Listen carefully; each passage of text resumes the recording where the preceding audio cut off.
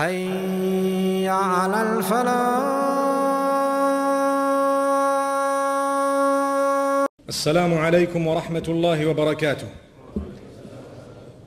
بسم الله الرحمن الرحيم. الحمد لله وحده وصلى الله وسلم وبارك على من لا نبي بعده وعلى آله وأصحابه أجمعين وبعد. All praise is due to Allah subhanahu wa ta'ala. Blessings and salutations upon Muhammad sallallahu alayhi wa sallam. We ask Allah subhanahu wa ta'ala to bless him and all his companions, and to bless every single one of us, and to accept from us the sacrifice that we are making in this month of Ramadan. Although compared to the sacrifices of the prophets and the messengers, it is absolutely nothing what we are going through. But we still ask Allah subhanahu wa ta'ala to make us strong and to accept it from us and to grant us every form of goodness. Beloved brothers and sisters, we are in the midst of a very powerful story of one of the most powerful messengers, the one who was granted the highest status from all the prophets besides Muhammad sallallahu alayhi wasallam. And Rasulullah sallallahu alayhi wasallam makes mention of the fact that when he went up in Mi'raj, when he went up to the seven heavens, he was taken up physically by Allah subhanahu wa ta'ala miraculously. He met Ibrahim alayhi salatu was salam in the seventh heaven, closest to Allah subhanahu wa ta'ala. Now I'd like to share with you something very, very powerful. Allah subhanahu wa ta'ala describes this young Ibrahim alayhi salatu was salam as one with a pure heart, a perfect heart. The heart that had no spiritual defect at all. Listen to what he says after he makes mention of the story of Noah, may peace be upon him. Allah subhanahu wa ta'ala says, وَإِنَّ مِن شِيعَتِهِ لَإِبْرَاهِيمَ إِذْ جَاءَ رَبَّهُ بِقَلْبٍ سَلِيمٍ. And from the family of Noah, from his offspring, there was one messenger known as Ibrahim. He met his Rabb. He found his Rabb. And he had met his Rabb. He came to his Rabb with a perfect heart. Look at the word used. Qalbin Salim. And this is why the same Ibrahim told his father, he says, "Oh my father, I am worried about the day when all this wealth and all these children and everything will not help you. يَوْمَ لَا يَنْفَعُ مَالٌ وَلَا بَنُونَ إِلَّا مَنْ أَتَى اللَّهَ بِقَلْبٍ سَلِيمٍ. On the day of judgment, no amount of wealth will help you, no amount of children will be able to help you, except the only thing that will help you is if you have come on that day with a calm heart, a perfect heart, a clean heart, a heart that has not engaged in any form of association of partnership with the Maker." And Ibrahim alayhi salam from a young age understood that I need to only worship my Maker, and I will face a lot of trial as I am getting closer and closer to my Maker. So from a young age, if we picture what was said yesterday when he looked at the idols, when everybody was gone, a child from amongst us would probably feel scared if they were brought up believing that these stones are gods. They would not feel the power to be able to be alone with them and then talk to them and then break them. Imagine what type of a perfect heart this young child had. He did not fear at all, nothing. Subhanallah. That is Ibrahim alayhi salatu wasalam. And he knew for a fact that I have a Rabb, I have a Maker, that is the only one who can save me. And he also knew that as I am the closest one to my Maker, my life is not going to be rosy. My life is not going to be full of ease, because he knew from the very beginning that life is only a test. This is what I think we don't understand. Many of us think, I am reading salah, I am making dua, I am engaging in fasting, I am reading Quran, I am trying my best, I am abstaining from sin. Why is my life not rosy? Why do I still have turbulence? Why do I have problems? Well, Ibrahim was one of the highest, and he had problem after problem, but he never looked at it as a problem. He looked at it as a beautiful test from Allah, a challenge, one after the other, a test, an opportunity to gain even more closeness to Allah subhanahu wa ta'ala. This is why the Prophet ﷺ says, Inna Allah idha ahabba abdan ibtalah. It is only when Allah loves a slave that he puts tests in his life. And another narration says, عِظَمُ الْأَجْرِ مَعَ عِظَمِ الْإِبْتِلَاءِ. The greater the test, the greater the reward. The bigger rewards are with those tests that are far greater. Ibrahim alayhi salam had some of the greatest tests. As we said, he is a Nabi who was so high after Muhammad sallallahu alayhi wasallam. Which means the day we study the life of Muhammad sallallahu alayhi wasallam, we will find even greater tests than that. He didn't even have a father, which means he was an orphan, sallallahu alayhi wasallam. With Ibrahim alayhi salam, his parents were there, but he had to challenge his own parents. So this is what is meant by the tests of life, my beloved brothers and sisters. The closer you get to Allah subhanahu wa ta'ala, the more tests he is going to put in your life. So it is just the condition of the heart that will determine whether you are actually in a test of Allah or whether it is punishment. May Allah subhanahu wa ta'ala safeguard us from punishment, and may He grant us all hearts that will definitely be full of peace and ease. Ameen. Yesterday we had ended where we were making mention of the story of Nimrud.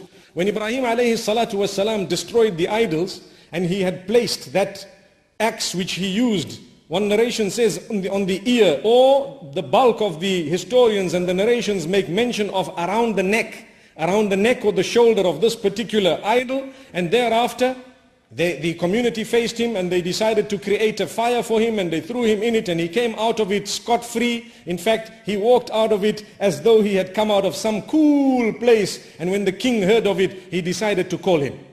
And this Nimrod was granted a lot of power by Allah subhanahu wa ta'ala. So Allah makes mention of the story in the Quran. أَلَمْ تَرَ إِلَى الَّذِي حَاجَّ إِبْرَاهِيمَ فِي رَبِّهِ أَنْ آتَاهُ اللَّهُ الْمُلْكَ. Do you see the one who decided to argue and debate with Ibrahim regarding Ibrahim's Rabb, regarding the one whom Ibrahim was worshipping, just because Allah had given him kingdom and Allah gave him authority? Which means if he did not have that authority, he wouldn't have called Ibrahim alayhi salam to debate with him. May Allah subhanahu wa ta'ala make us from those whom, when Allah has given us a little bit of the authority on land, it humbles us down, and we become closer to the ground as possible, and we return and surrender to Allah subhanahu wa ta'ala. إِذْ قَالَ إِبْرَاهِيمُ رَبِّيَ الَّذِي يُحْيِي وَيُمِيتُ قَالَ أَنَا أُحْيِي وَأُمِيتُ. There were people who used to worship this king. He used to call himself a god. As we heard yesterday, they not only worshipped idols, but they also started worshipping human beings. So the king says, who is the one you worship, O Ibrahim? So Ibrahim says, I worship the one who gives life and takes that life. He gives death. So this king thought he's talking to a youngster who doesn't have a mind or a brain good enough.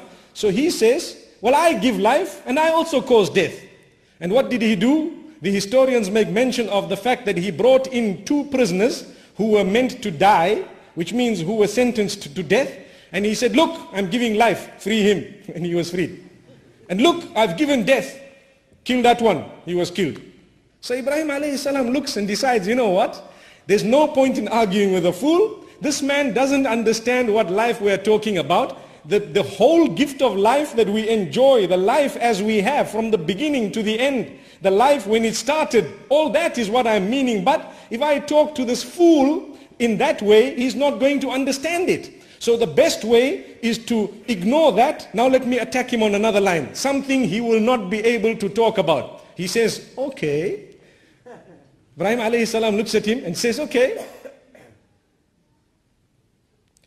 قال إبراهيم فإن الله يأتي بالشمس من المشرق فأت بها من المغرب. Simple question. Ibrahim says, okay, I worship the one, Allah, who causes the sun to rise from the east. I want you to cause it to rise from the west. Then I will worship you. فَبُهِتَ الَّذِي كَفَرْ. He was defeated completely. He was a disbeliever. He had no answer, no response. Imagine a young man, shab, telling a king without fear. Why? Because he had a qalbun salim. He had a clean heart, solid. He knew nothing can harm me besides Allah. Allahu Akbar. So Allah says, وَاللَّهُ لَا يَهْدِي الْقَوْمَ الظَّالِمِينَ. Allah will not guide those who are oppressors. The lesson we have to learn from that. If we are oppressors, yes, the term dhulm is used to mean and to refer to shirk, to refer to association of partnership with Allah. That is the greatest dhulm. And this is mentioned in the Quran. إِنَّ الشِّرْكَ لَظُلْمٌ عَظِيمٌ. Definitely, association of partnership with Allah subhanahu wa ta'ala is the greatest form of oppression. Greatest. So anyone who engages in that, Allah says we don't guide him. We throw him out because he's not looking for guidance. You need to cleanse yourself from that first, come onto the path and seek the guidance, then Allah will guide you. But over and above that, the umum ma'na dhulm, the broader meaning of the word oppression includes when we oppressing people, when we are doing something wrong, because the term dhulm is وَضْعُ الشَّيْءِ فِي غَيْرِ مَحَلِّهِ, to put something where it does not belong. So naturally, when a person is going to steal, he is oppressing. When a person is using vulgar language, or when a person is engaged in that which they are not meant to be engaging in, they have engaged in oppression. So when a person is committing sin and they are not interested in turning to Allah, how is Allah going to guide them? This is why Allah says, وَالَّذِينَ جَاهَدُوا فِينَا لَنَهْدِيَنَّهُمْ سُبُلَنَا. It is those who struggle and strive to come towards us, whom we shall open the doors of guidance for.